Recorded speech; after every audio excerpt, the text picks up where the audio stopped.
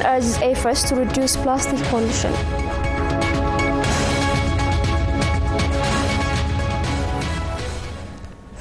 Hello and welcome to OBN English News Service. I'm Azim Magarsa. President Sahle-Work Zewde met Canada's Prime Minister Justin Trudeau in Vancouver, Canada. Ethiopia and Canada vow to strengthen bilateral ties. Aklul Gabru has more on this. President Sahle-Work Zewde met Canada's Prime Minister Justin Trudeau in Vancouver, Canada, in which the two sides have agreed to further strengthen bilateral ties between Ethiopia and Canada. President Sahle-Work said Canada has been a true friend of Ethiopia even in times of difficulties. The president further noted the importance of strengthening bilateral economic cooperation between the two countries. Noting that Ethiopia is undergoing a transformational process, Prime Minister Justin Trudeau assured President Sahle-Work of Canada's support. The Prime Minister expressed his appreciation for the President's attendance at Women's Deliver and for her leadership on advocating gender equality for Ethiopians. The Prime Minister noted Ethiopia's continued commitment to building a peace in the Horn of Africa, making a strong contribution to stability and prosperity in the region as well as infrastructure developments. The two leaders spoke of their shared commitment to advancing women, peace and security and support for the LC initiative. Prime Minister Trudeau welcomed the recent significant reforms and transformation in Ethiopia and took note of the elections planned for 2020. The two leaders noted the deep and warm relationship between Canada and Ethiopia reflected in strong people-to-people ties and shared values of diversity and inclusion, particularly in the context of federalism. Meanwhile, President Sahle-Work Zewde said Ethiopia intensively works on women empowerment.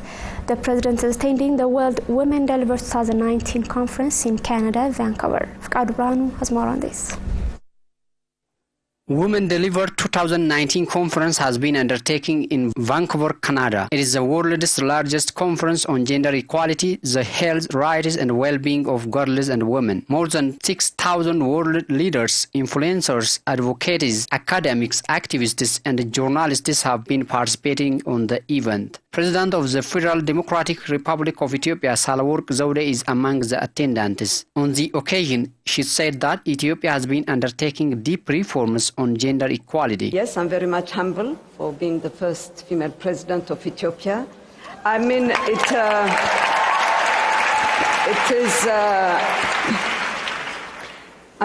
my coming here, I believe, has sent a very powerful message, not only for Ethiopia, for Africa, but for the whole world, that we have an unfinished business to do.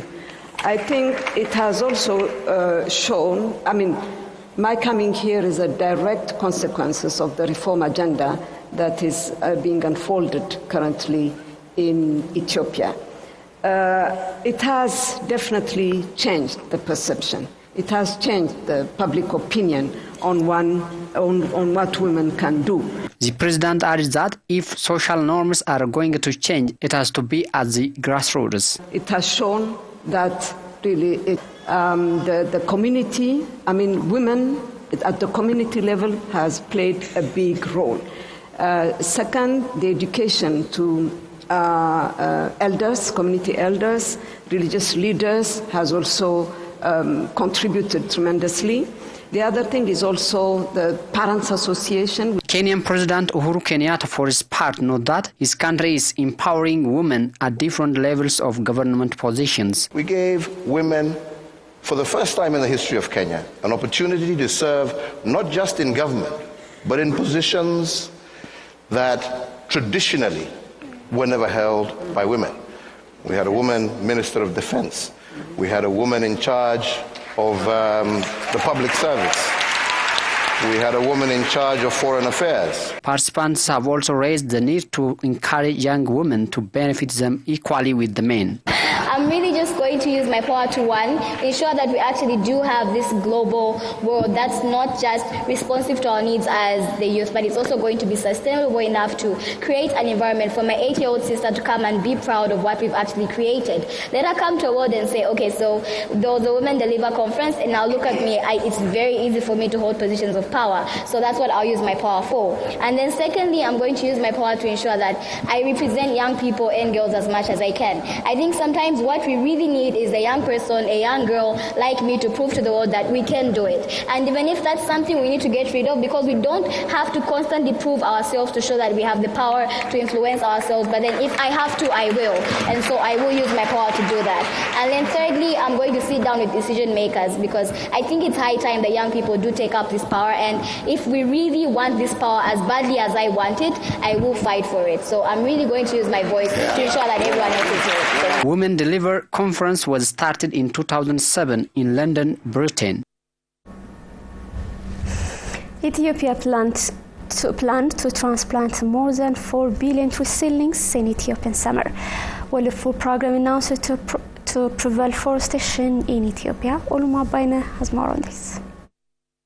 Deputy Director of World Food Program to Ethiopia, Paul Trampul, told the Ethiopian news agency that afforestation should be encouraged and sustained to rehabilitate the deforested areas for years due to various factors. Paul noted that Ethiopia's initiative to plant billions of trees across the country is very decisive and timely. He added that planting trees has a great role in conserving soil and enhancing water resources. It's a fantastic initiative, and we live in a country here where we've lost billions of trees over the years. So this is a very good initiative. It sounds like a lot, but it's really just redressing the balance. So many trees have been lost to firewood, lost to charcoal, lost to building, lost to animal feed. But we need to keep planting the trees. Paul pointed out that World Food Program has also been working on soil conservation through Safety Net Development Program, adding that protecting public assets is very essential. My organization is part of the Productive Safety Net Program. And before we had a project called Merit, which of course means land in Amharic, and the Merit program rehabilitated scores and scores of watersheds all over the country. And the Productive Safety Net program is a activity that redresses some of the balance in terms of the assets, the community assets. So the Productive Safety Net program, which WFP is contributing to, is very important in terms of land and water management in Ethiopia. Following the declaration of planting billions of trees across the country, various higher government officials, including Prime Minister Dr. Abiy Ahmed, diplomatic communities in Ethiopia and international institutions found in the country will take part in the program. In the upcoming summer, 4 billion trees are expected to be planted as per the plan. Accordingly, 40 trees per person will be planted, it was said. Infrastructural projects is under construction with 5 million in Aleltu town of North Shore Zone. Residents of the town are taking part on the construction of the projects. Tamaskamulatu. Mikau town is among North Shore Zone towns. It is found on 55 kilometers from the capital Finfinne. Residents of the town have actively participated on the development endeavors of their town. There was very few infrastructure development projects in our town, but now we've started construction of ditch. We do have plan to expand it. Now, the entire road is under construction. This is very interesting. We are participating on the construction as much as we can. Mayor of Mikau Town Administration, Ishetu Tasfai, said that drainage canal, gravel and cobblestone roads has been under construction in the town with an outlay of 5 million per government budget and public contribution.